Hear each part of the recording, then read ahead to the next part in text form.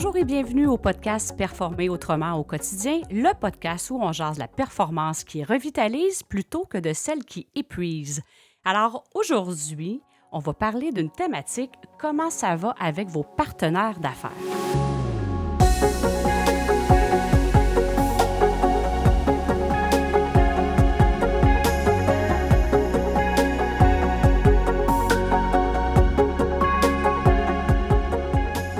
Savignac, votre animatrice, entrepreneur, j'ai été moi aussi en partenariat d'affaires et d'ailleurs, c'est un partenariat qui s'est bien complété. Alors, on va avoir l'occasion d'en parler plus aujourd'hui. Je suis en collaboration avec la très créative Karine. Et avant d'aller plus loin, Karine, je dois dire qu'un grand merci aux auditeurs qui continuent de nous écrire sur les différentes plateformes. Et je dois dire un merci particulier à José, qui a écouté des épisodes du podcast et qui nous a dit « Vous êtes géniales, les filles. » Alors, Karine, ça te concerne toi aussi. Alors, je te dis félicitations, merci d'être là. C'est toujours un grand bonheur. Aujourd'hui, on va parler d'entente entre partenaires, mais je dois dire que le podcast, il s'adresse autant aux personnes qui sont déjà en partenariat, aux gens qui sont en train de penser qu'ils s'en vont en partenariat, et ça peut s'adresser aussi à des gens qui sont qui sont en collaboration. Alors, comme la collaboration qu'on vit ensemble. Alors, Karine, comment ça va? Ben écoute, ça va super bien. C'est un sujet qui m'inspire vraiment aujourd'hui. Je suis contente qu'on jase de ça, de savoir comment ça va avec vos partenaires d'affaires. Puis j'aimerais ça, ben écoute, pour rentrer dans le vif du sujet, qu'est-ce qui t'est venu à l'idée? Pourquoi tu voulais parler de ce sujet-là aujourd'hui? Bien, en fait, pour plusieurs raisons. Et dans l'introduction, j'ai partagé, j'ai été moi-même en partenariat, puis c'est bien complété. Pourquoi j'ai dit ça? C'est que souvent, on entend parler que d'être un partenaire en affaires, c'est synonyme de chicane. Si ça va se compléter, ça va mal se compléter. Alors, on est dans le podcast Performer autrement au quotidien. Alors, j'avais le goût de le mentionner pour dire que c'est possible que des fois, la plus haute opportunité, c'est que le partenariat ne se poursuive pas, mais ça ne veut pas dire que ça va finir en chicane. Et il y a cet élément-là de croyance. Et l'autre raison pourquoi je voulais en parler, c'est qu'on parle la performance qui revitalise plutôt que celle qui épuise. Bien, un partenariat qui va pas bien, parce que ça existe, j'en rencontre souvent, puis je suis certaine que les auditeurs qui nous écoutent sont soit dans un partenariat où ils connaissent des gens qui sont dans un partenariat que ça tire un peu de la patte, à quel point on a tendance à sous-estimer à quel point ça peut tirer du jus, prendre de l'énergie quand ça va pas bien avec nos partenaires d'affaires. Ça a de l'impact partout. Ça a de l'impact même dans notre vie personnelle. Je me souviens, je pense à quelqu'un qui me disait à quel point ça l'épuisait et quand il arrivait à la maison, puis là, c'était une entreprise dans ce cas-ci qui était familiale, ça avait de l'impact avec sa conjointe parce que, bon, il vivait des frustrations avec la famille. Alors là, ça avait de l'impact à la maison, ça avait de l'impact les week-ends aussi, dans les soupers de famille et tout ça. Alors que ça soit... Alors, je fais juste de penser à ça, ça a un impact dans toutes les sphères de la vie. Ça a un impact aussi sur l'entreprise, en ce sens que je pense à un autre exemple où il y était deux partenaires qu'on a pris 2-3 heures à s'obstiner sur les vacances. Alors, à un moment donné, j'aurais dit, est-ce que vous voulez vraiment continuer à jaser de ça pendant tout ce temps-là? Alors, ça coûte de l'argent, de l'énergie, ça forme des clics, ça a un impact dans l'entreprise aussi. Alors ça tire du jeu, en fait, à tout le monde parce que les membres de l'équipe le reçoivent aussi, le perçoivent aussi quand ça ne va pas bien entre les partenaires, entre les actionnaires de l'entreprise. Des fois, ça peut former des clics, ça crée des malaises, bref, on parle de la performance qui épuise versus celle qui revitalise. J'avais vraiment envie de parler de ça parce que toutes les fois que je rencontre ça, je sais à quel point c'est comme une trame sonore qui joue en arrière-plan dans la vie des gens. Et il y a vraiment moyen que ça soit différent. Alors, c'est ça que j'avais le goût qu'on jase ensemble aujourd'hui. Oui, évidemment, on a probablement tout en tête des exemples de partenariats pour qui on a l'impression que ça va moins bien, ou peut-être qu'il y a des gens qui nous écoutent, qui vivent un partenariat qui est plus difficile. Évidemment, ça se répercute dans toutes les sphères de la vie. Et quel autre scénario rencontres-tu souvent quand justement tu as des clients qui viennent vers toi qui ont besoin d'assistance? En fait, c'est vraiment là, des fois, il n'y aura pas de convention. Il n'y a rien qui va être, en fait, qui va un petit peu là, tracer les lignes directrices du partenariat. On parle de convention d'actionnaire. C'est pas tant que je vais amener ça dans la dimension légale, mais c'est le fait de dire il n'y a rien qui régit comment ça fonctionne. Il y a des non-dits. Des fois, je disais que c'est comme la trame sonore qui joue en arrière-plan. C'est comme il y a un éléphant dans la pièce du partenariat, mais on ne l'aborde pas parce qu'on a peur de créer encore plus de disharmonie, on a peur de perdre. Pour un paquet de raisons, on est comme pris avec ça. Ça, c'est un scénario que je rencontre. Un scénario que je rencontre aussi sur, ben là, que ça arrache les cheveux, hein, ça va partir de petits détails. Bon, je parlais de vacances, des fois, ça va être comme ben, la bouteille de vin qui a coûté 200 avec des clients, que ça ne fera pas l'affaire de l'autre partenaire, à aller des sujets un petit peu plus profonds sur ben, comment on prend les décisions financières, c'est quoi les carrés de sable de chacun. Plein de petits non-dits ou disharmonies qui sont pas adressés. Et le mot, là, puis là, pour les auditeurs qui nous suivent depuis plusieurs thématiques, le mot clarté, je pense que je le dis souvent, mais c'est tellement ça.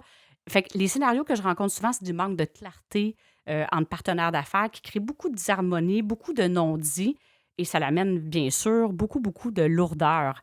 Alors, c'est vraiment ça. Il n'y a pas de cadre, il n'y a pas de clarté qui existe.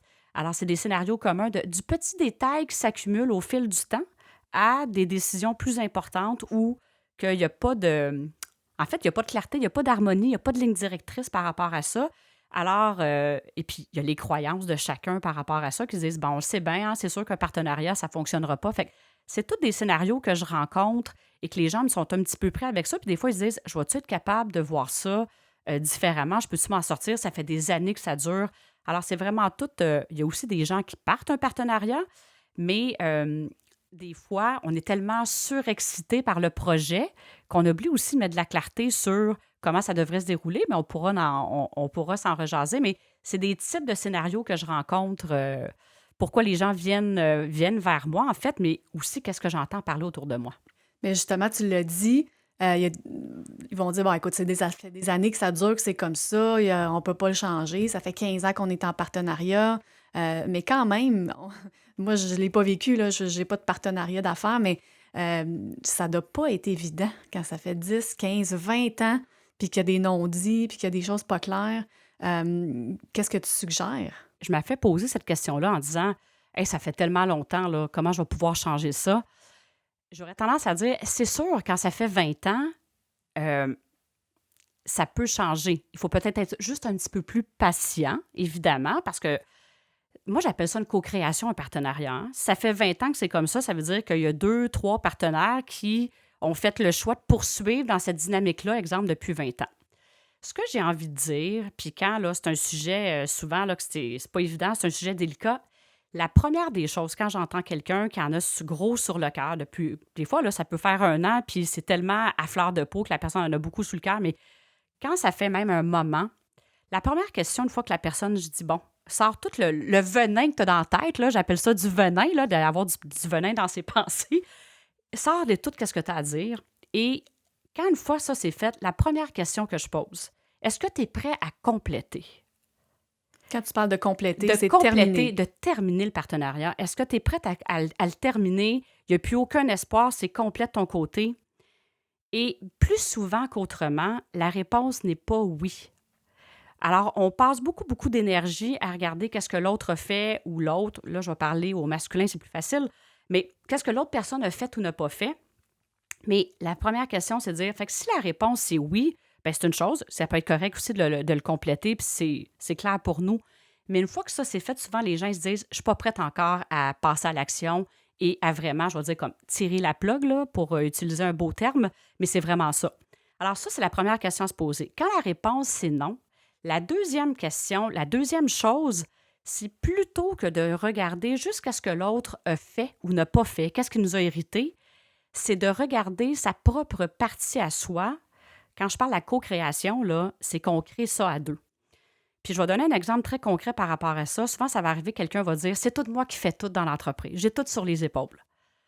Mais si ça fait 10 ans, 15 ans, je vais dire en quelque sorte que vous tolérez ça ou que vous dites rien. Vous pouvez être choqué, peut-être une fois de temps en temps, ça déborde puis vous le partagez. Mais si vous avez fait rien concrètement pour que cette dynamique-là change, vous co-créez le fait que la dynamique est comme ça, puis elle ne changera pas toute seule parce que souvent, l'autre personne n'est pas consciente. Il peut y avoir un paquet de raisons en dessous de ça. Donc, alors plutôt que de mettre toute l'énergie sur l'autre, regardez votre part à vous de qu'est-ce qui a fait en sorte que la dynamique est rendue de cette façon-là. Et souvent, on se rend compte plus souvent qu'autrement qu'on y a contribué. C'est jamais tout noir ou tout blanc. et que c'est la faute juste de l'autre personne. Et déjà, cette démarche-là n'est pas toujours facile parce que c'est tellement facile de plus regarder à l'extérieur de nous que de regarder à l'intérieur de nous. Ça, cette démarche-là est vraiment importante pour la suite des choses, peu importe le temps que ça fait, que ça ne fonctionne pas à notre goût dans le partenariat. Et ça l'amène comme une espèce de, je vais dire, de paix intérieure d'un certain calme et parce qu'on est-tu d'accord que, et ça l'amène à la troisième partie, c'est quoi la réelle intention de vouloir que le partenariat change de dynamique? Parce que si l'intention, exemple, d'avoir une discussion, de vouloir remettre de l'harmonie, c'est de gagner son point puis d'amener l'autre personne KO, bien, ça se peut que vous gagniez, mais vous allez gagner quoi? Vous allez avoir gagné vous êtes défoulé des 10, 5, 10, 15, 20 dernières années. Qu'est-ce que vous avez sur le cœur? Pour finalement, quoi? Mettre l'autre personne complètement en état défensif, en état de fermeture complète. Ça va peut-être avoir fait du bien à l'ego de dire « Hey, j'ai gagné mon point », mais vous allez gagner quoi? Alors, c'est quoi la réelle intention que vous avez? Est-ce que c'est de rendre ça plus agréable? C'est de faire en sorte que ça soit agréable pour les deux parties? Parce que, n'oubliez pas, même si l'autre personne, là, des fois, on a beaucoup de ressentiment, souvent, quand je rencontre des gens puis qu'ils vivent beaucoup de disharmonie, des fois, j'ouvre la discussion. Quand j'ai rencontré tout le monde individuellement, je leur dis, bien là, j'ai une bonne nouvelle. Il y a quelque chose avec laquelle tout le monde est en harmonie. Vous êtes tous complètement tannés, voire même écœurés, irrités, que la dynamique soit de cette façon-là.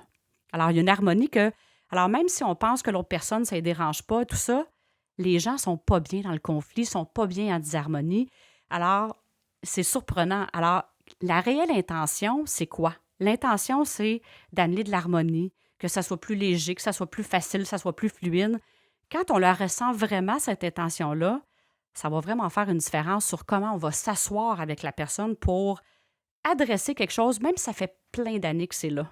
Il n'y a jamais de bon temps ou de mauvais temps. C'est nous qui le créons, le timing, avec l'intention et l'état d'être qu'on est pour aborder ce sujet-là. Alors, si on l'a mis de côté, puis là, je ne suis pas en train de dire de tout oublier puis de faire la paix avec tout ça, c'est pas ça que je suis en train de dire du tout. Juste en train de remettre les choses un petit peu côte à côte en disant, OK, on a été deux qui a co-créé cette dynamique-là dans le partenariat. Moi, j'ai vraiment le goût que ça change. Je vais prendre l'initiative d'amener ça avec une intention qui est pure et noble. Une intention, c'est de l'harmonie, d'être en paix, d'amener de l'efficacité, d'amener aussi le plein potentiel d'entreprise. Fait que c'est comme si les deux personnes se sentent bien. Alors, la plupart du temps, quand on l'amène de cette façon-là, c'est sûr que l'autre personne, puis ça se peut, là, ça fait plusieurs années que la personne va recevoir ça d'une façon pas habituelle. Parce que si on a toujours tendance à se parler avec des messages à double sens ou que ça soit à couteau tiré, ça se peut que la première fois qu'on s'assoit avec quelqu'un puis qu'on a vraiment une intention qui est différente, que l'intégration ne sera pas immédiate, mais j'ai une certitude, puis pour l'avoir vu à plusieurs reprises, que ça l'amène une dynamique qui est différente et la personne ne sera pas sans y penser. Donc, la première étape, êtes-vous prêt à compléter oui ou non? Si c'est non, bien, vous continuez de l'avant. C'est quoi votre partie à vous? Ensuite, c'est quoi l'intention? Et là, vous êtes prête à ouvrir la discussion de façon posée, plus détendue.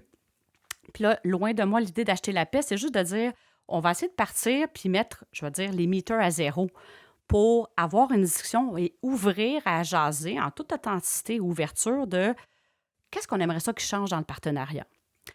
Évidemment, un point qui est super important, quand vous lancez ça, cette discussion-là, c'est d'aller obtenir l'engagement de leur personne qui est prête, elle aussi, à vouloir amener ça sur la table. Et ça se peut que le timing ne soit pas au même temps que vous. Mais justement, ça fait longtemps que ça dure. Bien, on peut peut-être laisser un petit moment à l'autre personne d'intégrer ça et d'amener l'autre personne de dire, bien, parfait, fais-moi signe quand tu seras prêt à en parler, j'ai vraiment le goût d'aller vers ça. Et la personne, au-delà des mots, va ressentir réellement notre intention. Alors, c'est pour ça que les étapes que je viens de définir là, ça va vraiment amener une dynamique différente sur comment on va communiquer parce que j'ai vraiment la certitude que tout se dit dans la vie, c'est la façon et qu'est-ce qu'on dégage que l'autre personne va recevoir aussi. Alors, à partir du moment que l'autre personne dit « oui, je suis prête à m'engager » sans savoir où ça va nous mener, parce que on va y aller là, dans l'harmonisation, ça ne veut pas nécessairement dire que on ne sait pas qu'est-ce qui va arriver, mais on veut avoir l'engagement de l'autre personne à vouloir discuter avec nous pour que la dynamique change, grosso modo. Fait que c'est un petit peu ça. C'était une longue réponse, Ouais, là, mais Karine, écoute, mais...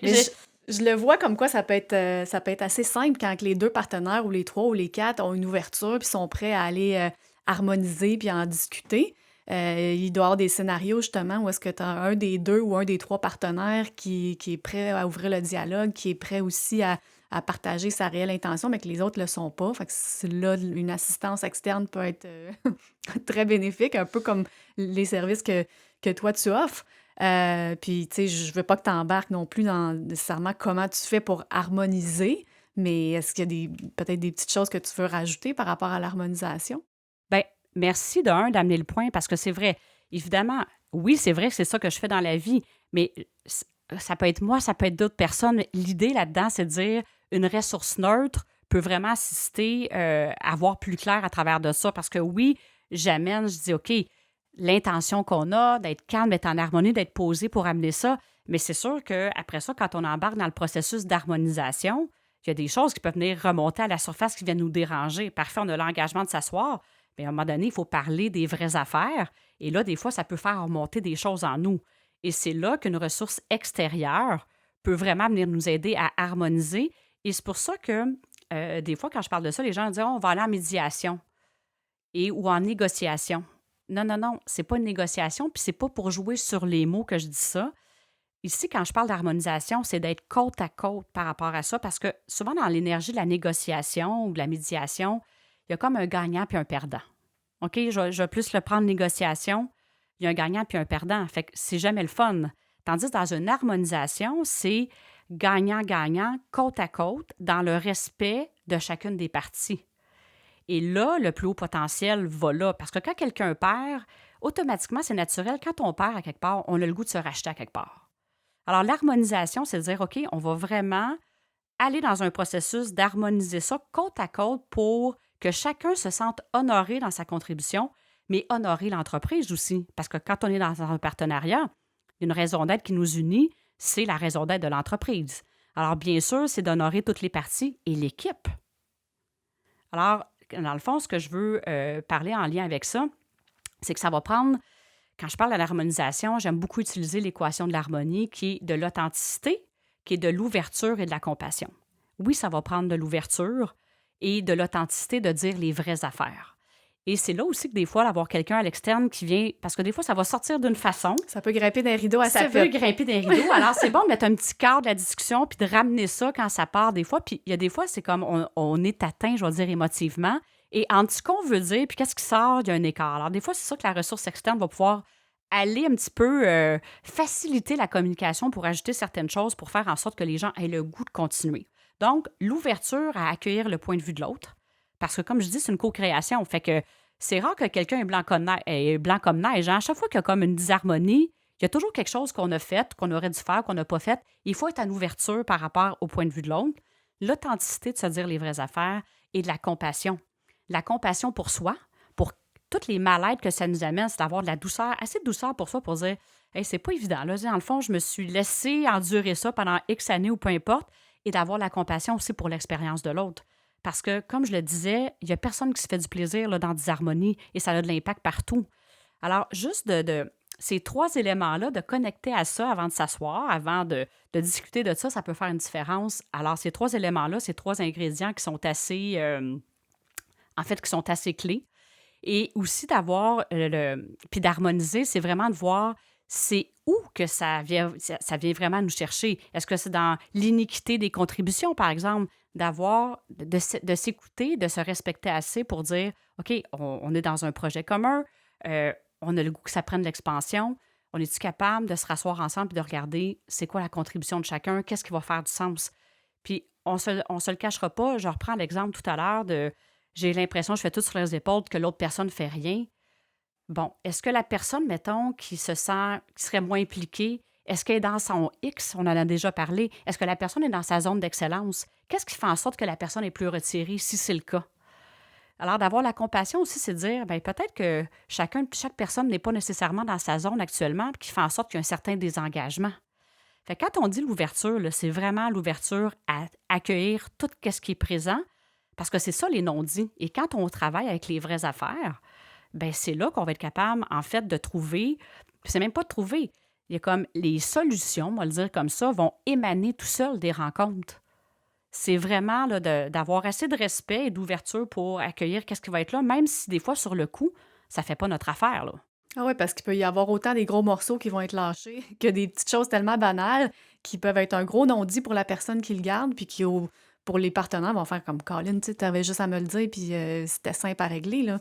Fait qu'il doit y avoir un peu des deux dans ces harmonisations-là. Ah, mais Karine, tu as tellement raison, merci de dire ça. Évidemment, souvent, quelqu'un dit, ben, tu avais juste à me le dire. Ah, tu sais, ben, c'est ça. C'est ça, co-création, de ne pas prendre le temps de se parler. Des fois, c'est un paquet de petites choses qui fait que c'est interprété. Il y a des perceptions de part et d'autre qu'on n'adresse pas. Puis là, ça finit en guerre nucléaire, là. Puis c'est parti de petites affaires, de ne pas se parler, là. Fait que c'est vraiment ça. Fait que harmoniser, c'est vraiment ça. C'est accueillir le point de vue de l'autre côte à côte sans juger. C'est tout un exercice en même temps, mais c'est tellement libérateur. La puissance de sentir d'être soi et que l'autre partenaire accueille ça, c'est vraiment magnifique. Là. Qu'est-ce qui va émerger de ça? C'est sûr, ça va être puissant pour chacune des personnes, ça va être puissant pour l'entreprise et pour tout le monde. Là. Fait que d'harmoniser, c'est vraiment ça. Là. On est deux personnes qui harmonisent des visions, qui harmonisent des points de vue et tout s'aborde, que ce soit de le compte de dépenses qui ne fait pas l'affaire, aux conditions de travail, peu importe le sujet, c'est quoi, il y a toujours moyen de s'en parler. Et c'est quand on prend un sujet après l'autre qui vient nous déranger. Et effectivement, des fois, le sujet des conditions de travail va en déranger un, puis ne dérangera pas l'autre du tout. Mais c'est pas grave. Si on prend la peine d'honorer assez l'autre personne pour dire c'est ton expérience, ça qui dérange, OK, on va l'adresser. Parce que si on n'en prend pas soin, ça reste là. Et ça l'amène une baisse d'efficacité dans l'entreprise, puis dans nos vies, là. Toute la lourdeur que ça l'amène en dedans. Je veux dire, je suis certaine que quelqu'un qui nous écoute, qui vit ça, il sait qu'est-ce que ça l'amène partout, comme lourdeur d'être pris avec ça, de la disharmonie. C'est ça qui est ça. Ouais, puis écoute, il y a sûrement des gens qui nous écoutent qui ont peut-être vu le titre de l'épisode qui disent ouais, bien moi justement, je suis en préparation pour me partir en affaires avec telle personne. Je pense qu'on va bien travailler ensemble, mais là ils veulent pas nécessairement se rendre là où ce qu'on est en train de discuter finalement. Tu sais, pour bien partir la machine, est-ce que tu aurais des suggestions? Quelqu'un qui part de zéro, qui se part en affaires avec quelqu'un, puis voudrait partir sur des bonnes bases. Ben, écoute, merci de poser la question. Puis oui, puis là, tu as nommé quelque chose. Ah, j'ai peur de me rendre là, dans un partenariat disharmonieux, et j'ai peur aussi de perdre le partenaire s'il y a certains inconforts que j'aborde pas dès le début. Alors, OK, même si ça peut peut-être sembler faire peur, mais c'est tellement ça, c'est d'amener. Puis là, ça me fait tellement penser à un couple. C'est quoi le secret de la communication? C'est de prendre le temps d'apprendre à se connaître. Il y a quelque chose, si vous êtes en train de vouloir partir un partenariat, c'est qu'il y a un projet qui vous anime, qui fait vibrer les 2, 3, 4, 5 partenaires ensemble. Prenez le temps de vous connaître sur certains points clés comme la relation avec le temps, la relation avec l'argent, avec le risque financier. Je reviens avec mon élément de clarté. Quelqu'un qui, pour elle ou lui, la semaine normale de travail, c'est 40 heures. Je vais le dire comme ça, je vais le ramener au nombre d'heures, puis que quelqu'un, c'est 80 heures. Vous imaginez-vous que si vous n'en parlez pas ensemble, ça ne veut pas dire qu'il faut être à la même place sur tout. Mais si quelqu'un dit, pour moi, c'est important l'équilibre, par exemple, puis que pour moi, une fois de temps en temps, je peux en faire plus, mais voici comment je vois, exemple, la conciliation travail-famille, versus quelqu'un d'autre qui va dire, bien, pour moi, je suis vraiment dans le 80 heures, puis c'est ma vie, c'est juste le travail. Bien, ça risque de clasher si à un moment donné, il n'y a pas de clarté qui a été mise là-dessus, de dire, ben moi, est-ce que je suis à l'aise avec ça, que le partenaire ou ma partenaire, c'est plus comme un 40 heures, ou sans amener ça dans les heures, mais que c'est différent la relation avec le temps. Est-ce que je suis à l'aise avec ça, oui ou non? Parce que ça, c'est sûr, ça va remonter à la surface. Un autre élément, le risque financier. Est-ce qu'on est à la même place sur le risque financier? Si quelqu'un, c'est vraiment, j'ai besoin d'avoir toutes des certitudes, d'avoir toutes des preuves avant de me lancer dans quelque chose, puis l'autre personne est plus comme dans le risque entrepreneurial, bien là, si on n'est pas à la même place là-dessus, il faut harmoniser ça, dire, OK, je vois vraiment le potentiel, je vais te laisser aller là-dessus. J'ai vu des conflits là, en lien avec ça, que quelqu'un disait, ben moi, je n'étais pas prête à aller là, je ne voyais pas d'expansion. Fait que c'est vraiment d'aller ressentir l'autre personne est où, puis se mettre de la clarté par rapport à ça, tout simplement, d'apprendre à se connaître, puis de dire, ah, j'ai-tu le goût de continuer? Ça fait-tu du sens? Alors, ça peut éviter qu'il y ait des situations, premièrement, qui durent depuis des années. Fait que tranquillement, pas vite, d'amener ça et de prendre certains points, que ce soit la contribution de chacun, qu'il y ait une clarté sur la contribution, la façon de prendre les décisions, d'amener ça, de ne pas avoir peur d'amener ces points-là puis d'y mettre de la clarté. Alors, c'est ça que j'ai envie de dire aux gens qui sont en train de lancer, en fait, leur partenariat. Puis, un point aussi, la philosophie par rapport au capital humain. Quelqu'un qui est comme, ben moi, je suis en avant-plan, les gens, tu sais, c'est comme « it's my way or the highway », là, j'exagère, là, mais c'est un peu ça, qui a cette philosophie-là. Puis l'autre personne, comme vraiment dans la collaboration avec l'équipe, ça peut avoir des répercussions assez importantes là, quand on arrive dans le partenariat, autrement dit. Fait qu'il y aurait des thématiques à aborder, quitte à, je sais pas si mettre ça par écrit. Tu sais, on veut de la clarté, on met ça par écrit. Je sais pas si tu irais jusqu'à mettre ça dans la convention d'actionnaire, mais peut-être de mettre ça par écrit séparément. Oui, c'est de mettre ça par écrit. Même les discussions que vous avez, tout ça, mettez ça par écrit, ça fait intervenir d'autres choses. Puis oui, il y a la possibilité de légaliser ça à travers une convention d'actionnaire. Moi, j'aime beaucoup aussi parler de l'entente d'harmonie. La convention d'actionnaire, il y a des points, c'est des points légaux qui sont abordés, mais en même temps, l'entente d'harmonie, c'est pour vraiment, au quotidien, comment va se passer le partenariat, justement, par rapport aux contributions, par rapport, que ce soit les comptes de dépenses, que ce soit la gestion des ressources humaines, la clarté des finances. Il y a plein de choses qui peuvent être abordées et mettre de la clarté par rapport en le mettant par écrit. Puis des fois, en lisant quelque chose, ah, c'est ça que tu voulais dire, ça permet d'amener à un autre niveau de profondeur, bien sûr. Alors oui, de le mettre par écrit, c'est une démarche qui est assez importante. Puis dans les partenariats qui fonctionnent bien, parce qu'on s'entend, il n'y a pas juste des partenariats dans lesquels il y a de la disharmonie. Qu'est-ce qui fait que ça fonctionne bien? Écoute, oui. À part la clarté, là, on s'entend, on vient d'en parler beaucoup, mais qu'est-ce que tu observes dans leur façon d'être, peut-être? Moi, là, je vais dire, là, il y a des mots-clés qui me reviennent. Le respect, de la confiance, de l'engagement et de la liberté. J'ai en tête un partenariat, là, c'est deux personnes qui sont différentes, qui sont complémentaires. Puis là, je vais aller mettre de l'admiration, mais l'admiration, là, ça peut avoir l'air un peu... Mais c'est vraiment d'avoir du respect et de ressentir de la confiance pour l'autre personne qui est très différente de nous. Ça me fait penser, le partenariat que j'ai en tête, la personne est vraiment plus un visionnaire et sa partenaire, c'est plus un profil qui est manager. Ils sont tellement différents, puis il sait, il reconnaît à quel point c'est important d'être entouré de quelqu'un qui va s'occuper, en fait, de toute l'équipe et qui va prendre le temps avec l'équipe.